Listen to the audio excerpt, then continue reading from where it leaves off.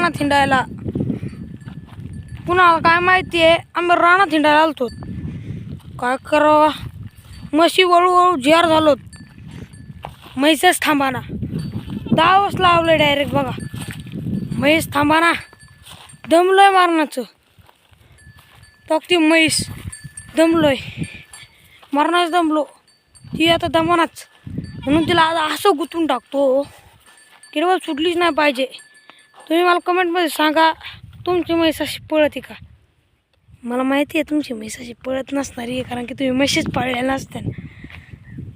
बघा कशी कातडी आहे, बघा अशी कातडी म्हणजे खतरनाकच असते. मरणाचं पळवलंय मला हिने. निस्त्या यसनीला लावली तरी पळती. बघा निस्त्या यसनीला तरी पण पळती. हिला काय फरक नाही पडत, कितीही काही होऊ द्या, हिला काही फरक पडत नाही. हिला फक्त एकच पाहिजे, हरा चारा किधर है, हरा चारा जिधर म्हैस हमारी उधर. इतकं हिरा सुद्धा खात नाही असल्या कातडीला.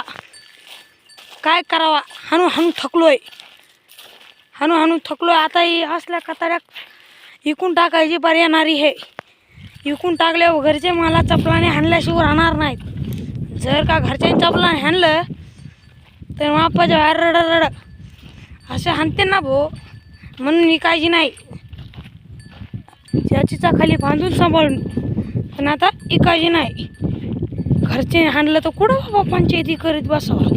घरचे मोक्कर हाणते ना, मोक्कर नको बा, आपल्याला कळायचंच नाही काही.